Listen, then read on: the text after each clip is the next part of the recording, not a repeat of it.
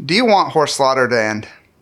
If the answer to that question is yes, then please watch the rest of this video. First of all, a little introduction. My name is Jason Preisner, and 23 years ago, my wife Tanya and I founded what went on to become the world's largest humane society for horses.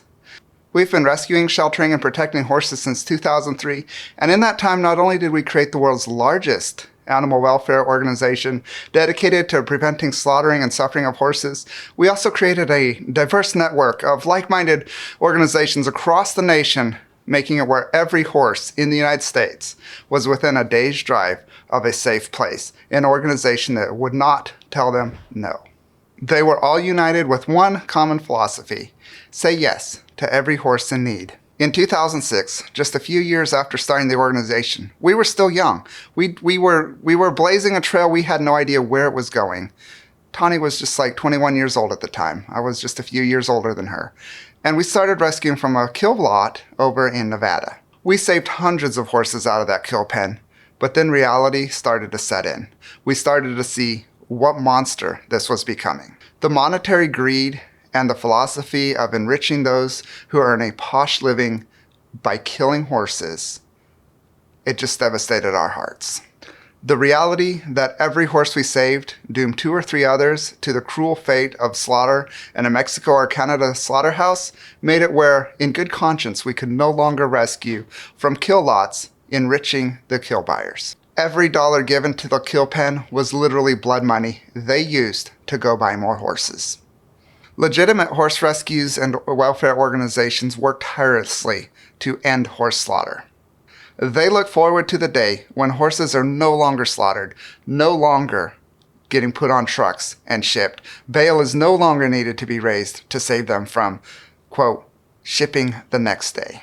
Kill pen operators, on the other hand, are absolutely terrified of the day that their easy gravy train of free money is dried up. Their business exists only to prey on kind-hearted, compassionate individuals by using emotional blackmail like, in only 2 days, this horse is shipping to slaughter if we don't raise the bail. Ask yourself, how do I want my donation to be used? I hope, and I can assume, that every dollar you donate, you want to go to do the most good it can to rescue horses and keep them from going to slaughter. I can assure you that every dollar donated to Horse Plus Humane Society is taken care of with the utmost fiduciary responsibility. Our 990 is publicly available. We're independently audited every single year and pass with flying colors. At legitimate auctions, horses cost $200, $300, sometimes $500 a horse, with the slaughter price ranging around 25 to 27 cents a pound. So for a 1,000-pound horse, you're looking at $250, maybe $300. It cost our organization right about $1,000 to rescue, shelter, and provide the initial veterinarian care for each horse we save from the slaughter pipeline. In contrast, a major horse rescue claims it costs $5,000 to rescue a horse out of a kill lot. $5,000. That costs 5 times more than it takes Horse Plus Humane Society to rescue a horse. We could save 5 horses for the amount it cost them to save 1.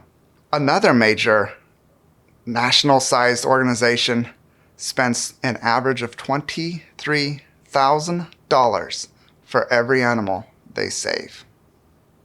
Statistics don't lie. Your donation does more good at Horse Plus Humane Society. Back to kill pen operators. They have found the absolute gravy train of a way to make so much more money than actually shipping horses to slaughter. Here's how it works. They buy a sad-looking horse, the skinniest, for all I know, they might even be making these horses in this horrible condition so they can post it on Facebook with a sob story.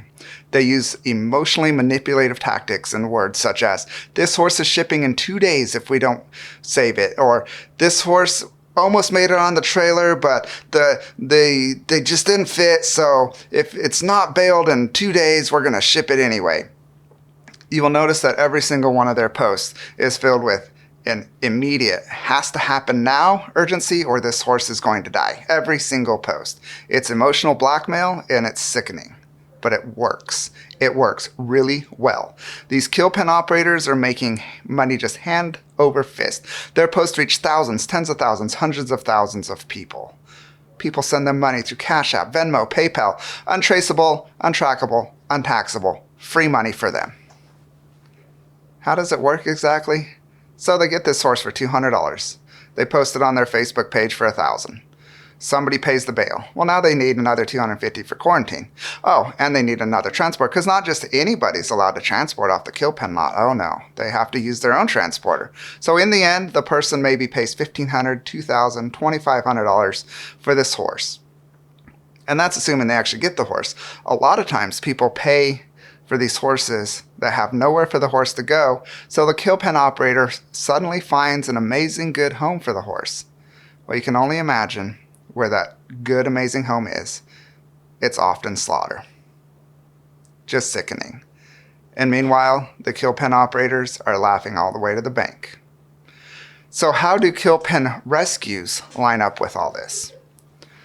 Kill pen rescues use the same language, the same emotional manipulation, the same, this horse is shipping in just a few days or maybe a few hours, or it got off the truck, or the kill pen operator is such a nice man, he's letting us save this horse if we can raise the money in the next 3 hours.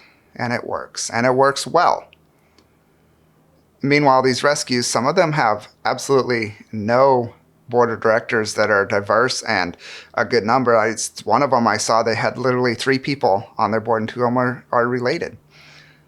Their donations reach millions of dollars. Where does all that money go? Are they doing their due diligence with the fiduciary responsibility of your donation? They're not audited. The IRS is really underfunded right now, is not checking into nonprofit financials. We have been audited by the IRS. We emerged virtually unscathed.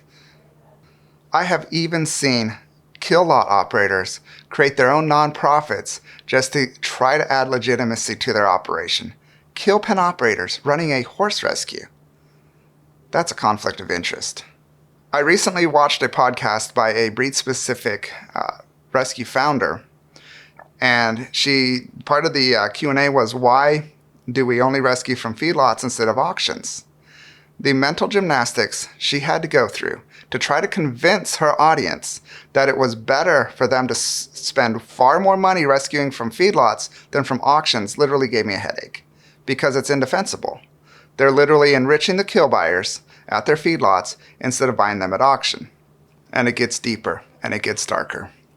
I have heard firsthand reports of kill pen rescues saving horses from kill pen feedlots. If they can't find them a home fast, they can't turn them fast, they send them back and swap them out for other horses. Not naming names, but it happens. I would hope by now that you're horrified at what you're hearing, as I am horrified in having to share it with you. But I would urge you, please donate to organizations that rescue horses from auction, where they're not overpaying for the horses, and organizations that intercept horses before they go into the slaughter pipeline. If you're still donating to feedlot operators and you're still donating to kill pen rescues, that money is literally being used to slaughter more horses, and I would respectfully request that you rethink your position on that. Yes, you might save an individual horse, but if saving one horse dooms 3, 4, 5, 10 other horses to slaughter, well, how can you sleep at night with that happening?